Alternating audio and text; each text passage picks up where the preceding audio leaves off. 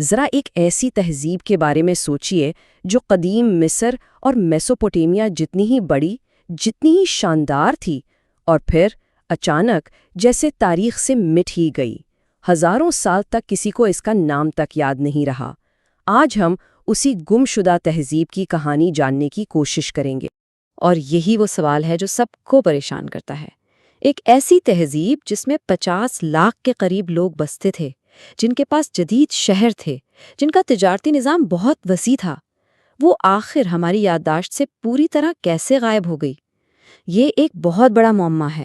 تو چلیں وقت میں پیچھے چلتے ہیں اور اس کھوئی ہوئی دنیا کے رازوں کو کھوجتے ہیں۔ سب سے پہلے تو یہ دیکھتے ہیں کہ آخر ماہرین نے اس بھولی بسری سپر پاور کو دوبارہ ڈھونڈا کیسے۔ اب یہ ٹائم لائن دیکھیں، اس میں ایک بہت ہی حیران کن بات چھپی ہے۔ یہ تہذیب 1900 قبل مسیح کے قریب ختم ہونا شروع ہوئی، اور اس کے شہروں کو دوبارہ کب ڈھونڈا گیا؟ 1920 کی دہائی میں، یعنی تقریباً 4000 سال۔ 4000 سال تک ہم انسانوں کو پتہ ہی نہیں تھا کہ تاریخ میں اتنی بڑی تہذیب موجود بھی تھی۔ یہ ناقابل یقین بات ہے۔ تو اس گم شدہ تہذیب کی کہانی کی تفتیش کہاں سے شروع کی جائے؟ سب سے بہترین سراغ ہمیں ان کے شہروں سے ملتے ہیں۔ سچ تو یہ ہے کہ ان کی اینٹوں اور گلیوں میں وہ راز چھپے ہیں جو بتاتے ہیں کہ یہ لوگ اپنے دور سے بہت بہت آگے تھے۔ اور یہ کوئی چھوٹی موٹی تہذیب نہیں تھی۔ اس کا پھیلاؤ 10 لاکھ مربع کلومیٹر سے بھی زیادہ تھا، یعنی قدیم مصر اور میسوپوٹیمیا کو ملا بھی لیں تو یہ ان سے بڑی تھی۔ اس پیمانے کا اندازہ لگانا بھی مشکل ہے۔ اچھا، یہاں ایک بہت ہی دلچسپ موازنہ ہے۔ دیکھیں، ایک طرف مصر اور میسوپوٹیمیا میں بادشاہوں کے لیے بڑے بڑے مقبرے اور محل بن رہے تھے، لیکن وادی سندھ میں ساری توجہ عام لوگوں کی زندگی بہتر بنانے پر تھی۔ ان کے شہروں میں صفائی کا، نکاسی آب کا ایسا نظام تھا جو اس دور میں ناقابل تصور تھا۔ یہ سوچ ہی اپنے وقت سے بہت آگے کی تھی۔ ان کی انجینئرنگ کا کمال تو دیکھیں، شہر ایک منظم گرڈ پر بنے تھے، گلیاں بالکل سیدھی ایک دوسرے کو 90 ڈگری پر کاٹتی تھیں، ہر گھر میں اپنا باتھ روم تھا، پوری تہذیب میں ایک ہی سائز کی اینٹیں استعمال ہوتی تھیں، اور تجارت کے لیے ایک جیسے وزن اور پیمانے تھے۔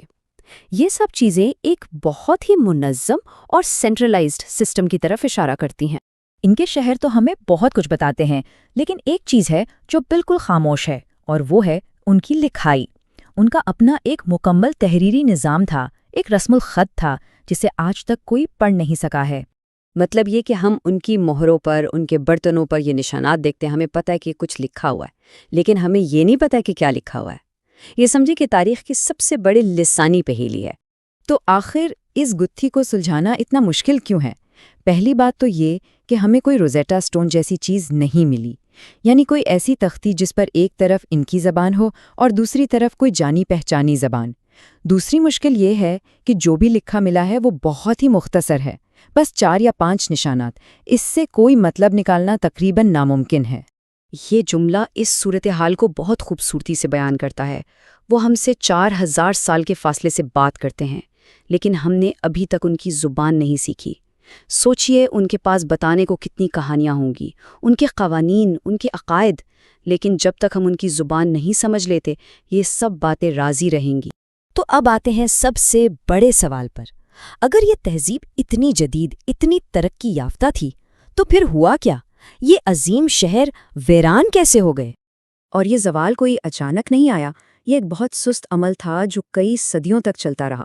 شہر آہستہ آہستہ خالی ہونے لگے، ان کی تجارت ٹھپ ہو گئی، اور آخرکار ان کا پورا طرز زندگی وقت کی دھول میں کہیں کھو گیا۔